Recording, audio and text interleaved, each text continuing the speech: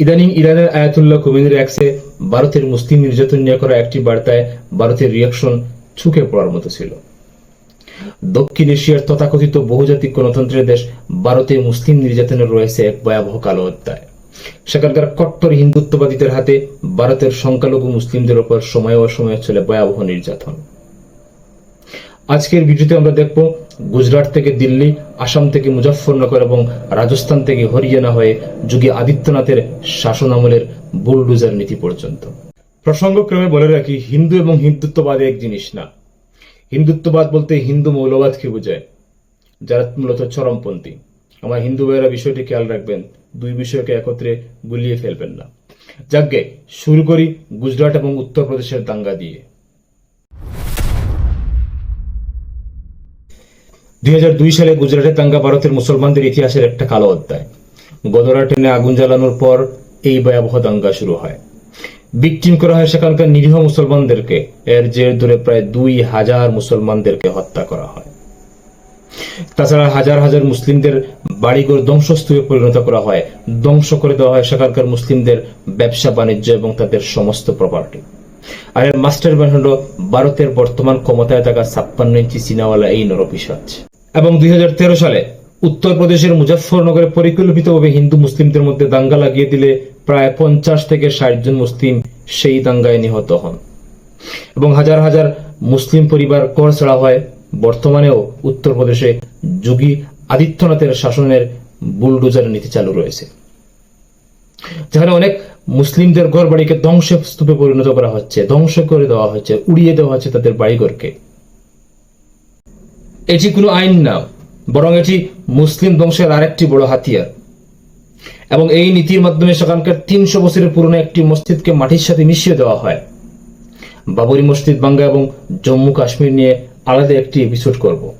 এবার আসি দিল্লি এবং মহারাষ্ট্রের মুসলিম নিধন প্রসঙ্গে। 2020 সালে দিল্লি দাঙ্গা সিএএ বিরোধী আন্দোলনের সময় ঘটে। মুসলিমদের ঘর বাড়ি, মসজিদ এবং ব্যবসা প্রতিষ্ঠানগুলোকে টার্গেট করে ধ্বংস করা হয়। দিল্লির উত্তর পূর্ব অংশে এই সহিংসতায় প্রায় 50 জনের বেশি মুসলমান প্রাণ হারায়। তাছাড়া বাবরি মসজিদ ধ্বংসের পর মুম্বাই 1992 থেকে 1993 সালে ঘটে যায় আরেকটি ভয়াবহ দাঙ্গা। সেই দাঙ্গায় প্রায় 900 মুসলিমকে হত্যা করা হয় এবং শহর জুড়ে তাদের ব্যবসা, তাদের ঘর বাড়ি এবং তাদের সমস্ত প্রপার্টিকে ধ্বংসস্তূপে পরিণত করা হয়। এখনো পর্যন্ত গোরক্ষার নামে ক্রমেই চলছে মুসলিমদের উপর হামলা এবং নির্যাতন। এবার দেখি আসাম ও রাজস্থানে মুসলিমদের নির্যাতনের ফিরিস্তি। আসামে 2019 সালে এনআরসি এর মাধ্যমে রাজ্যের নাগরিকদের একটি তালিকা তৈরি করা হয়, যেখানে লক্ষ লক্ষ মুসলিমকে নাগরিকত্ব হারানোর ঝুঁকিতে ফেলে, যা এখনো পর্যন্ত অমীমাংসিত।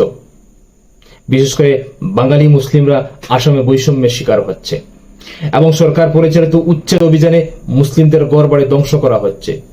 এগুলি হচ্ছে ভারতের ধর্মনিরপেক্ষতার চিত্র। বাহ, বহুজাতিক গণতন্ত্রের দেশ, বাহ, এটাই তোমাদের ধর্মনিরপেক্ষতা। শুধু এখানেই শেষ না, রাজস্থানে গৌরক্ষার নয় মুসলিমদের উপর নির্যাতন এবং গণপিটুনি সেখানকার নিত্যদিনের ঘটনা। 2017 সালে পেহলু খানকে শুধুমাত্র গরু পরিবহনের অভিযোগে হত্যা করা হয়। এই ধরনের ঘটনা ভারতবর্ষে অহরহই ঘটছে। এবার আসি হরিয়ানা এবং মণিপুরের মুসলিম নির্যাতনের ঘটনায়। প্রথমে দেখে নিই হরিয়ানা 2016 সালের ঘটনা। হরিয়ানায় মুসলিমদের উপর গৌরক্ষার নামে নির্যাতন ও লিঞ্চিং এর ঘটনা ঘটেছে। মেওয়াত এবং নুহ অঞ্চলে মুসলিমদের আক্রমণের শিকার হতে হয়েছে, বিশেষ করে গরু রক্ষা সংক্রান্ত ইস্যুতে। এবং মণিপুরের মেইতেই পাঙ্গালদের উপর সবচেয়ে বড় সহিংস ঘটনা ঘটেছে 1993 সালে। বিভিন্ন প্রতিবেদনে উল্লেখ করা হয় এই সময় মেইতেই পাঙ্গালদের বাড়িঘর জ্বালিয়ে দেওয়া হয় এবং প্রচুর মানুষ হতাহত হয়। পাঙ্গালরা হচ্ছে সেখানকার স্থানীয় মুসলিম সম্প্রদায়। তাদের উপর এই নির্যাতনের একমাত্র কারণ এবং তাদের একমাত্র অপরাধ, তারা হচ্ছে মুসলিম এবং তারা হচ্ছে সেখানকার স্থানীয় মুসলিম সম্প্রদায়।